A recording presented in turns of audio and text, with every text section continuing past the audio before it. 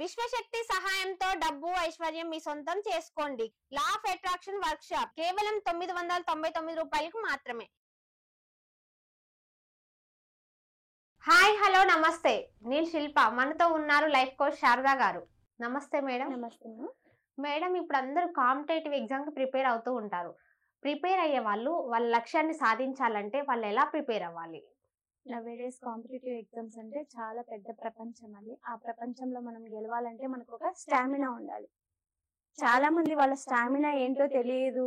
మా అమ్మ చదవమన్నారు, లేకపోతే మా నాన్న చదవమన్నారు, లేకపోతే మా బంధువులు చదవమన్నారు, లేకపోతే మా బంధువులు ఐఏఎస్ అయ్యారు, ఐపీఎస్ అయ్యారు, డాక్టర్లు అయ్యారు, పోలీస్ అయ్యారు, కలెక్టర్ అయ్యారు, ఇంకోరు అయ్యారు అని చెప్పి బలంతాన జాయిన్ అయిపోతూ ఉంటారు. కానీ అది రాంగ్. ప్రతి మనిషికి ఒక గోల్ అంటూ ఉంటుంది. వాళ్ళు ఏం కావాలనేకి వాళ్లకు స్వతహాగా ఒక నిర్ణయం తీసుకునే హక్కు ఉంటుంది. అలా కాకుండా పేరెంట్స్ వాళ్ళని బలంతాన నువ్వు ఐఏఎస్ కావాల్సిందే, ఐపీఎస్ కావాల్సిందే, లేకపోతే డాక్టర్ కావాలి, లేకపోతే ఇంజనీర్ కావాలి, లేకపోతే ఐఐటి రావాలి, ఇలా బలంతాన ఇస్తుంటారు. ఎప్పుడైతే మనం ఫోర్స్ఫుల్ గా వాళ్ళకి కాంపిటేటివ్ వరల్డ్ లో పంపించాము అంటే వాళ్ళు న్యాయం చేయలేదు. ఫస్ట్ వాళ్ళ ఇంట్రెస్ట్ కి ఏం పోలీస్ డిపార్ట్మెంట్ లో వెళ్ళాలనుకుంటే పోలీస్ డిపార్ట్మెంట్ కి కావాల్సినటువంటి మెటీరియల్ ఏముంది, లేకపోతే ఐఏఎస్ కి వెళ్ళాలంటే ఐఏఎస్ మెటీరియల్, ఏ ఎగ్జామ్ మీరు సెలెక్ట్ చేసుకుంటారో మీ గోల్ ఏముందో, మీ అంబిషన్ ఏముందో మీకోసం మీరు కష్టపడాలి. తల్లిదండ్రుల కోసం కాదు, బంధువుల కోసం కాదు, ప్రపంచం కోసం కాదు. ఈ రోజు ఉంటారు వాళ్ళు, రేపు లేకపోవచ్చు. మన కోసం మనం ఉంటాం కాబట్టి మనం ఉన్న రోజులు మన గోల్ మనం సెట్ చేసుకోవాలి కదా. సలహా ఇచ్చే వాళ్ళు ఎవరైనా ఇచ్చేస్తారు, కానీ దాన్ని అమలు చేయడం అనేదే మన చేతుల్లో ఉండే పని. మనం ఎలా చదివితే మనం ఒక కాంపిటేటివ్ ఎగ్జామ్ వరల్డ్ లోకి నవేడేస్ కాంపిటీషన్ అనేది చాలా హెవీగా ఉంది. నోటిఫికేషన్లు ఎప్పుడో ఒకసారి వస్తుంది, అవకాశం ఒక్కసారే వస్తుంది కదా. ఏదో సామెత చెప్తారు కదా, లక్ష్మీదేవి వస్తే ఒకేసారి తలుపు కొడుతుంది, దరిద్ర దేవత అయితే పొద్దస్తమానం కొడుతుంది అని అంటారు కదా. అవకాశాలు కూడా మనకి అలానే వస్తాయి. ఎప్పుడో ఒకసారి అవకాశం వచ్చిందని దాన్ని కరెక్ట్ గా యూటిలైజ్ చేసుకోవాలి. కాంపిటేటివ్ వరల్డ్ లోకి వెళ్ళేటప్పుడు ఎదుటి వ్యక్తితో కంపారిజన్ చేసుకోకండి. మీరు మీ టాలెంట్ ఏంటో మీరు ఫస్ట్ చూడండి. ఏ ఎగ్జామ్ కి ప్రిపేర్ అవుతున్నారో ఆ ఎగ్జామ్ కి ఫస్ట్ సిలబస్ చదవండి. ఏముంది సిలబస్ ఫస్ట్. చాలా మంది చదువుతారు, అవుట్ ఆఫ్ సిలబస్ చదివేస్తుంటారు, అన్ని చదివేస్తారు, కానీ ఆ సిలబస్ పేపర్ ని మర్చిపోతారు. అన్ని బుక్లు రెఫరెన్స్ గా పెట్టుకుంటారు, కానీ సిలబస్ పేపర్ లో అది ఉండదు. ఫస్ట్ ఏదైనా ఎగ్జామ్ అంటే సిలబస్ పేపర్ ఫస్ట్ డౌన్లోడ్ చేసుకోవాలి. ఆ సిలబస్ పేపర్ లో కంటెంట్ ఎంత ఉంది, ఎక్కడి నుంచి ఏ టాపిక్ వచ్చింది, టాపిక్ వైజే సిలబస్ ప్లాన్ చేసి ఉంటారు కాంపిటేటివ్ వరల్డ్ లో. ఆ సిలబస్ పేపర్ తీసుకొని అవన్నీ టిక్ చేసుకోవాలి ఫస్ట్. దానికి సంబంధించిన మెటీరియల్ అన్ని మన దగ్గర ఉన్నాయా లేవా, వాటికి సంబంధించిన మెటీరియల్ మాత్రమే మన టేబుల్ మీద ఉండాలి. అనవసరమైనటువంటి మెటీరియల్ మన దగ్గర ఉందంటే ఫోకస్ మనకు అక్కడ వెళ్తూ ఉంటుంది. అదొకటి. ప్లస్ కోచింగ్ వెళ్ళాలి.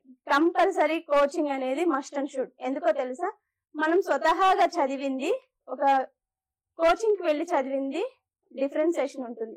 ఎందుకో తెలుసా, మనకి షార్ట్ కట్స్ తెలుస్తూ ఉంటాయి. ఒక కోచింగ్ లో ఎలా చదివితే, ఎలా ప్లాన్ చేస్తే, ఎన్ని గంటలు చదివితే ఏ సబ్జెక్ట్ కి మనము న్యాయం చెయ్యొచ్చు అనేది మనకి కోచింగ్ సెంటర్స్ లో తెలుస్తూ ఉంటుంది.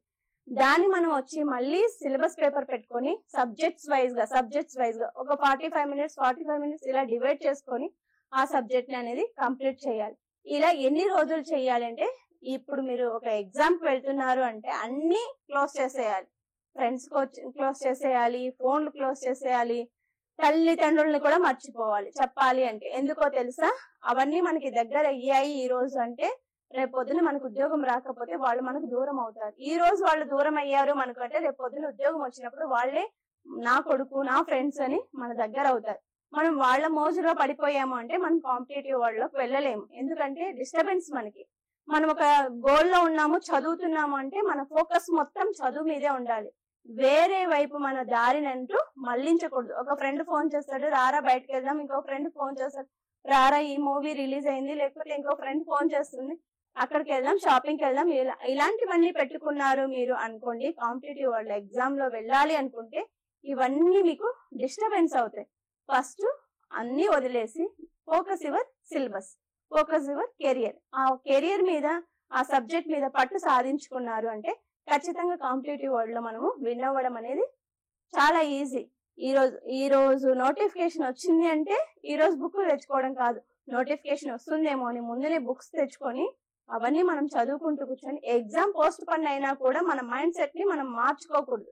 ఏం పోస్ట్ పోన్ అయిందిలే, ఇంకొక రోజు చదవచ్చులే, ఇంకా కొంచెం టైం ఉందిలే అని టైం పాస్ కి వెళ్ళాము అనుకోండి, మనం చదివిందంతా మర్చిపోవడానికి అవకాశాలు అయితే ఉంటాయి. కాబట్టి ఎగ్జామ్ రాసేంత వరకు ఒక మనిషి గట్టిగా కూర్చున్నాడు 1 year 6 months అంటే ఖచ్చితంగా ఎటువంటి పోస్ట్ అయినా కొట్టచ్చు.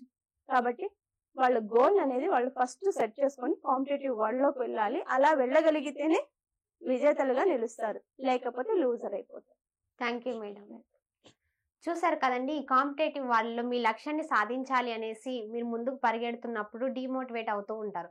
అలా డీమోటివేట్ అవ్వకుండా మోటివేట్ అవ్వడం కోసం వెబినార్ ఉంటుంది. ఆ వెబినార్లో జాయిన్ అవ్వండి. Thank you so much everyone.